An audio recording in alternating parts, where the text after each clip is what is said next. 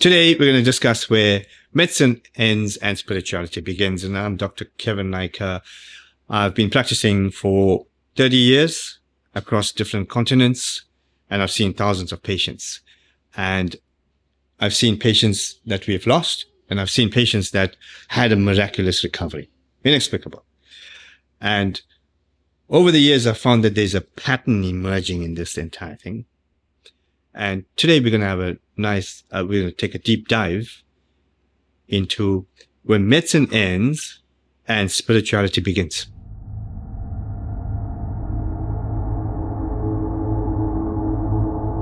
This is not medical advice that you need to follow. We're not discussing medicine. We're discussing where medicine ends and where spirituality begins. So I'm discussing spirituality. Now, I'm not a doctor of spirituality, nor am I a doctor of philosophy. This talk is my experience over the years and the pattern that I've picked up along the way. Let's start where it all begins, when a patient comes in with a diagnosis that is jeopardizing their mortality. So they've been given a diagnosis of a dreaded disease. Does it mean cancer, or does it mean some other diagnosis where you're considered palliative or terminal? At that moment in time, we find that the patient has lost all hope. And we need to find out what is going on in this person. So if we dive deep into the aspect of what happens when you get the diagnosis and how you change your mindset, over the years, I've found that there are two lots of people. The one lot, or one group of patients, finds that they 100% believe in the diagnosis and they set themselves up differently. You get another lot of patients where they accept the diagnosis or partially accept the diagnosis, and they set themselves up for their own pathway. So it begs the question, who is doing the right thing?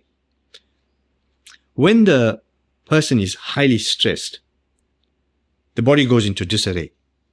It's now going into survival mode. So each cell or each organ now starts looking after itself. The body is not at ease or harmony. It's at dis-ease or disharmony. And hence, you'll find that every part of the human body is working differently. If you had medication or any other stuff into it, it now becomes a bit more complicated. So the main question is, how do we approach this? You'll find that in a chaotic situation, the brain goes into survival mode. It then starts producing adrenaline, etc., and its main aim is for it to survive. It starts surviving by shutting down non-essential systems. And we find that non-essential systems are like reproductive systems or digestive systems. And it starts grouping all the information and energy in order to preserve itself. Now, that's the person who has already accepted the diagnosis as a true diagnosis, and that's where the seed has been planted that they will become mortally terminated. Whereas you get the other patient that is motivated by some external or internal drive. And we want to know what makes them actually challenge their diagnosis and bring the best in them. We then look at how each person manages themselves. If you find during a war-torn area, you'll find the leader going to different states and trying to bolster up courage and bring up the enthusiasm to fight for their country. These are done by neurotransmitters. And also the body is now trying to bolster itself up. The patient now who's got the diagnosis starts looking for support. The support system is very, very important. If you find some patients then become very lonely, isolated, and they start looking at the internet. The AI internet is a wonderful thing.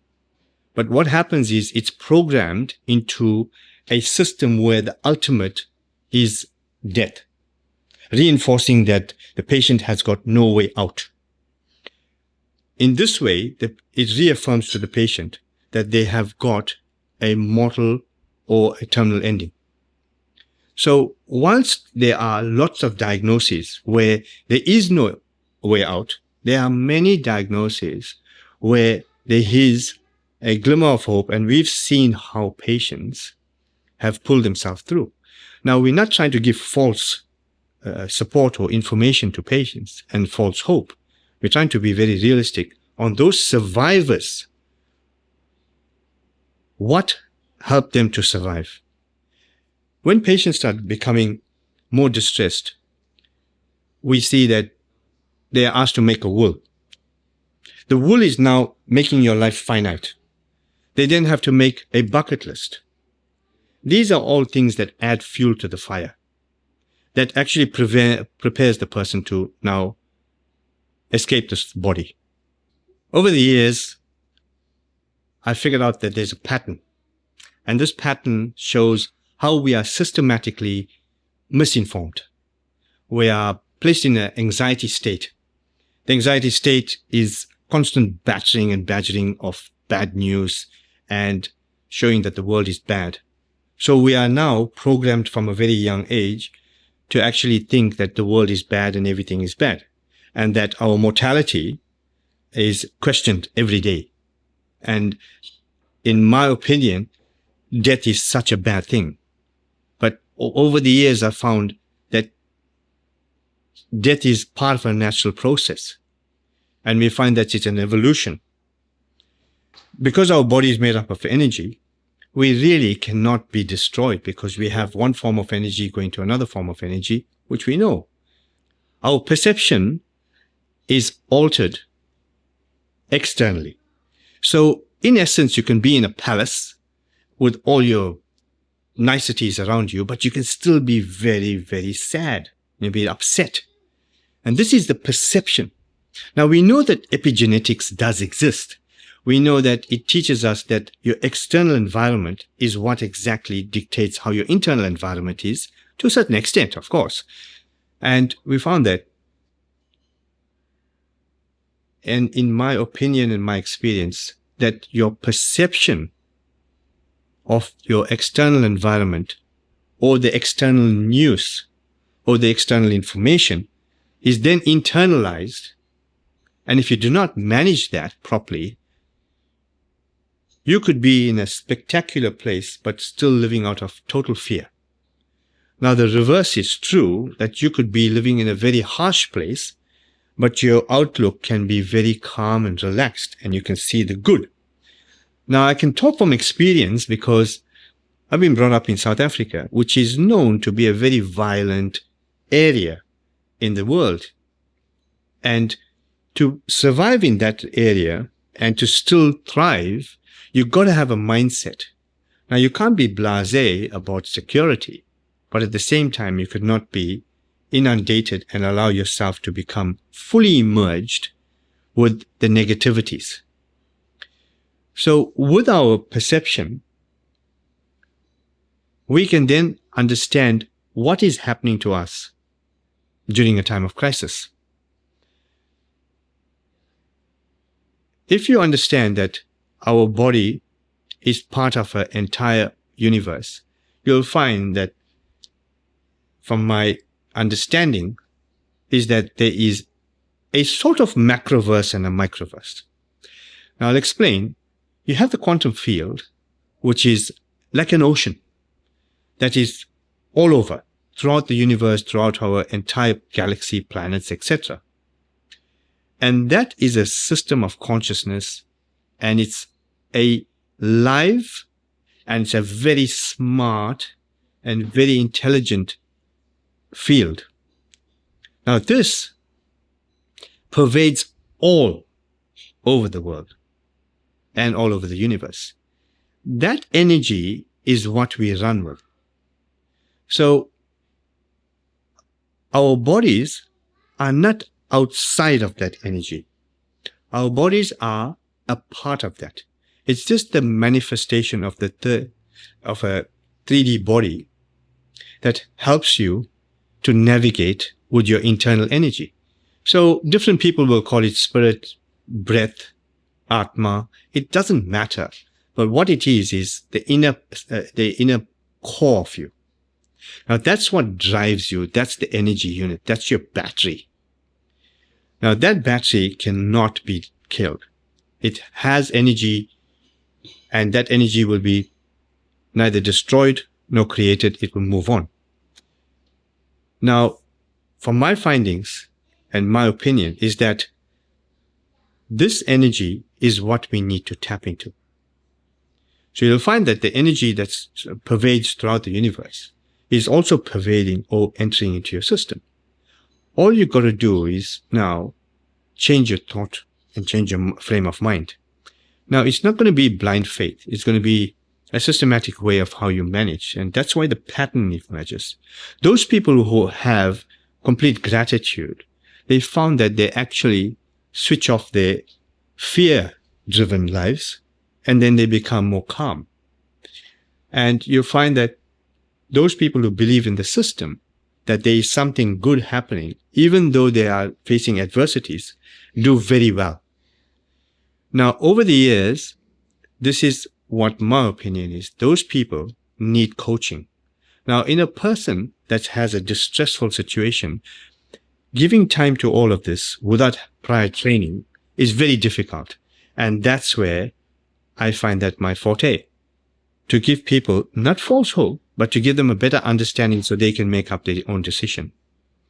And what I find is that when you enlighten a patient or a person in distress about the future outcomes and how they are experiencing something that may bring out the best in them, and how they can actually thrive in those situations, you will find that they will ease their burden.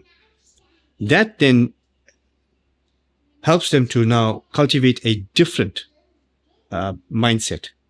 The mind to me is like a very fertile piece of land, and whatever you put into it, it will grow. So if you put weeds, it will grow, and if you put orange seeds, the orange trees will grow. So it's up to you. And we've found that patients who continuously cultivate the weeds end up in a bad way, a negative way that ends up with them passing on. Whilst the other people, they may still have the same destination, but they find that it's much more manageable for themselves and for their family. Now, if you start looking at how to manage yourself, it's very difficult to do it on your own. And I find that as a person that's placed in that situation to help them, I try and help them to cultivate that new seed and then bring up a new avenue for themselves. Now, we've reached a certain situation where we're quite happy to understand that you have a distressed person and you have a way on how to manage it. And there's distressed people can be for various diagnoses or situations. Now, we will leave it at that. In our next episode, we will actually discuss how we're going to manage that positivity, how we're going to help to cultivate a different way, and we're going to help on how you're going to change your perception and hopefully change the outcome. So the next episode, we're going to dive even deeper. For right now, I just want to know what's your thoughts, questions, and comments. Just leave some comments in the comment section and join me in the next episode for where medicine ends and spirituality begins.